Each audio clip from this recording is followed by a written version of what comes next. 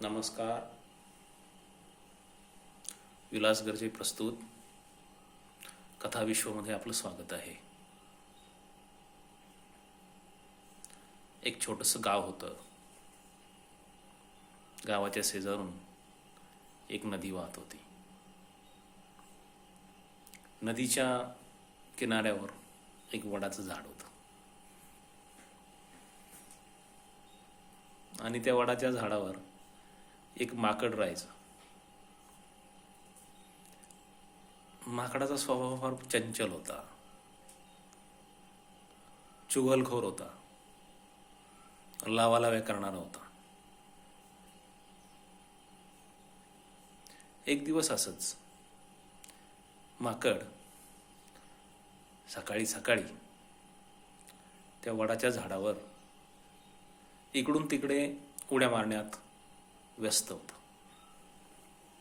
इतक्यात त्याच गावातलं एक हाडकुळं कुत्रं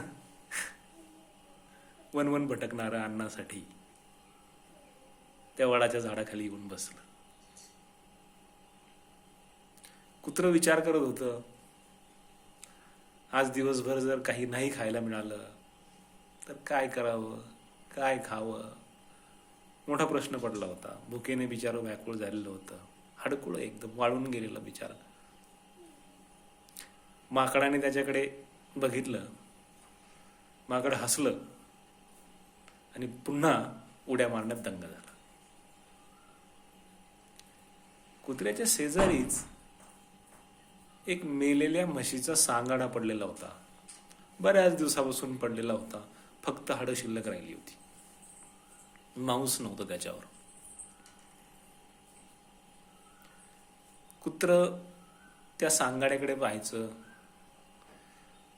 विचार करायचं, पण त्याला असं वाटायचं याचा आपल्याला काही उपयोग नाही. तेवढ्यात कुत्र्याने पाहिलं, जंगलाच्या दिशेने एक वाघ येतोय. वाघ कुत्र्याकडेच येत होता. कुत्र्याला कळलं, आता हा आपल्याला खाणार. हा भुकेलेला दिसतोय.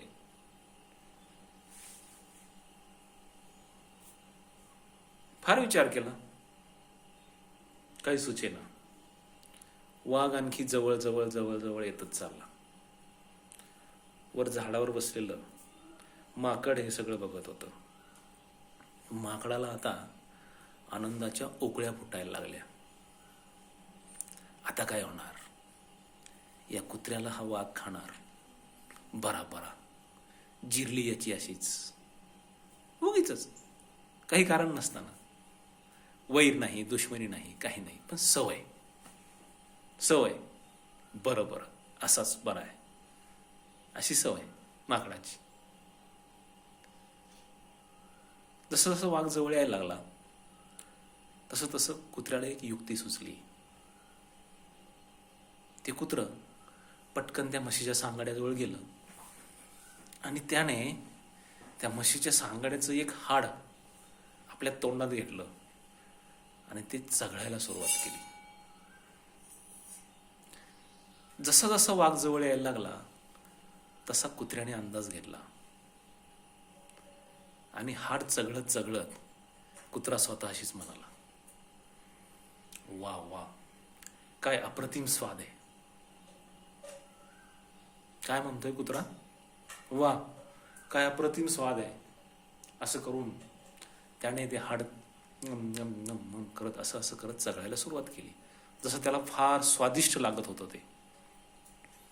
वाघ खूप जवळ आल्यानंतर कुत्रं काय म्हणतो, किती दिवसांनी वाघाचं मांस खाण्यात आलं. वाघाचं मांस इतकं स्वादिष्ट असतं हे मला इतके दिवस माहीतच नव्हतं. मी उगीच इतक्या दिवस वाघाची शिकार केली नाही. वाघाचं मांस किती स्वादिष्ट आहे, कुत्रा स्वतःशीच म्हणत होता. जवळ आलेल्या वाघाने हे बोलणं ऐकलं. वाघाची भीतीने गाळण उडाली. अरे बापरे, हा तर फार भयंकर कुत्रा आहे.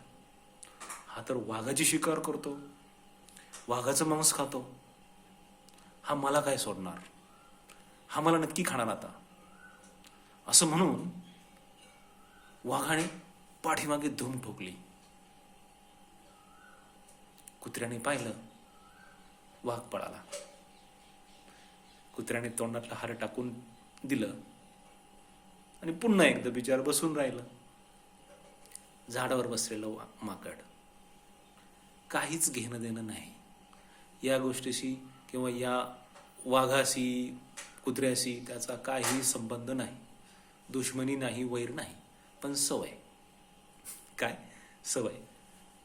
माकड पटकन झाडावरून खाली उतरलं आणि पळत पळत पळत पळत सुटलं आणि वाघाच्या मागे गेलं. थोड्या अंतरावर गेल्यावर त्याने वाघाला गाठलं आणि वाघाकडे पाहून मोठमोठ्याने हसायला लागलं माकड.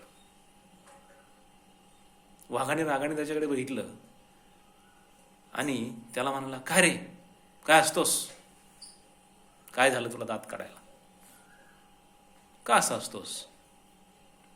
माकड म्हणाला, अरे मूर्खा, तुला एवढंही समजत नाही.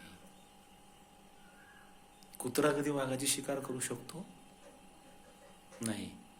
मग तुला असं कसं वाटलं की त्या कुत्र्याने वाघाची शिकार केलीये, ते वाघाचं मांस खातोय, असं का वाटलं तुला? अरे तो तर सांगाडा 2 महिन्यापासून त्या नदीमध्ये पडलेला आहे म्हशीचा. त्या सांगाड्यातलं एक हाड उचलून त्या कुत्र्याने तुला मूर्ख बनवलं. आता वाघाचा राग अनावर झाला. त्याने एक जोरात डरकाळी फोडली आणि वाघ म्हणाला, असं, चल आत्ताच समाचार घेतो त्याचा. असं म्हणून वाघ परत फिरला. माकड त्याच्या मागे मागे, वाघ पुढे. माकड आता मनामध्ये जाम खुश झालेलं होतं. आता कुत्र्याची मजा येणार, हा त्याला फाडून खाणार नक्कीच. आता त्याची खैर नाही. वास्तविक पाहता कुत्र्याबरोबर कुठल्याही प्रकारचं वैर माकडाचं नव्हतं, पण तरी सवय. कुत्र्याने पुन्हा एकदा वळून पाहिलं, माकड वाघाला आपल्याकडे घेऊन येतंय. त्याला समजलं माकडाने चुगली केली, कारण माकडाला चुगली करण्याची, लावालाव्या करण्याची सवय होती. माकड याला परत घेऊन येतोय. आता काय करणार? पळून तर जाऊ शकत नाही, वाघ पाठलाग करू शकतो. खूप विचार केला, पण कुत्रा हुशार होता, प्रचंड हुशार. त्याने पुन्हा एकदा ते हाड उचललं आणि त्याच्या जवळ जाऊन, त्या सांगाड्याच्या जवळ जाऊन तो कुत्रा बसला आणि वाघाला जवळ येण्याची वाट पाहत राहिला. जसंच हाकेच्या अंतरावर वाघ आणि माकड आले, कुत्रा स्वतःशीच म्हणाला, काय हा माकड पण इतका मूर्ख आहे ना. मला किती वेळची भूक लागली आहे. मी याला म्हटलं की जा रे बाबा, जंगलातून एखाद्या प्राण्याला कसं तरी करून माझ्यापर्यंत घेऊन ये. काहीतरी खोटं नाटं बोलून, काहीतरी सांगून, भलाही तो वाघ का असेना. आता वाघाचा मांस खाऊन खाऊन तर मी कंटाळलोयच, पण चला आजच्या दिवस भागून घेऊ. मी याला किती वेळचं सांगितलंय की त्याला घेऊन ये. किती प्रचंड भूक लागली मला, किती वेळ झालाय. थांब, आता आला की बघतोच माकडाकडे, नाहीतर त्यालाच खातो. असं कुत्रा स्वतःशी म्हणाला. हे बोलणं वाघाने ऐकलं. काय झालं असेल? वाघाने माकडाकडे बघितलं. माकड जे काही समजायचं होतं ते समजला. आता वाघाला पूर्ण जाणीव झाली की हा माकड आपल्याला त्या कुत्र्याकडे घेऊन चाललाय. याला त्यानेच पाठवलेला आहे आणि वरतून आपल्याला मूर्ख किती बनवलंय की चल. काय झालं? वाघाने माकडालाच पकडला. आणि पुढे काय होणार आहे? फडशा पाडला माकडाचा, खाऊन टाकलं माकड. बिचारा माकड जीवाला मुकलं. कुत्र्याची सुटका झाली. लावालाव्या, चुगल्या करणं, दुसऱ्यांच्याबद्दल वाईट चिंतन करणं, या गोष्टी कधी कधी बुमरँग म्हणतात. बुमरँग पुन्हा तुमच्याकडेच येऊ शकतात. ज्या गोष्टींच्या निमित्ताने किंवा ज्या गोष्टीद्वारे, ज्या टेक्निकद्वारे तुम्ही दुसऱ्याला फसवणार आहात, ती टेक्निक तुमच्यावरच पलटलं जाऊ शकतं, बुमरँग होऊ शकतं. तुम्ही खोदलेल्या खड्ड्यात तुम्ही स्वतःच पडू शकता.